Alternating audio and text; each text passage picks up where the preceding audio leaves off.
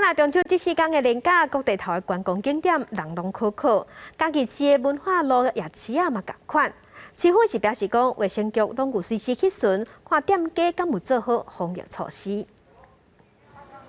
市府人员举牌仔伫文化路夜市内底向游客宣导，嘉义市文化路伫连续假期的暗时，拢有真侪游客来到这。市府嘛加强相关的防疫措施。大家的观念还不错，所以其实都会主动看到有 QR code 都会主动去扫描。买了之后呢，回去的时候再吃，不要边走边吃，因为还是有发现消费者有这个状况啦。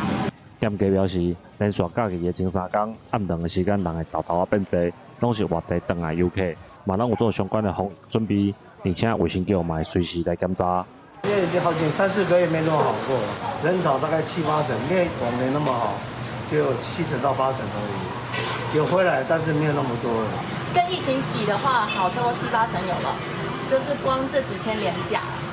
嘉义市建设处表示，中秋假期的前3天暗时7点半到9点半是人上侪的时阵，所以嘛有配合文化路相关主题会，伫各路口实施实验制，嘛有加派人宣导防疫规定，希望莫因为假期造成疫情的传播。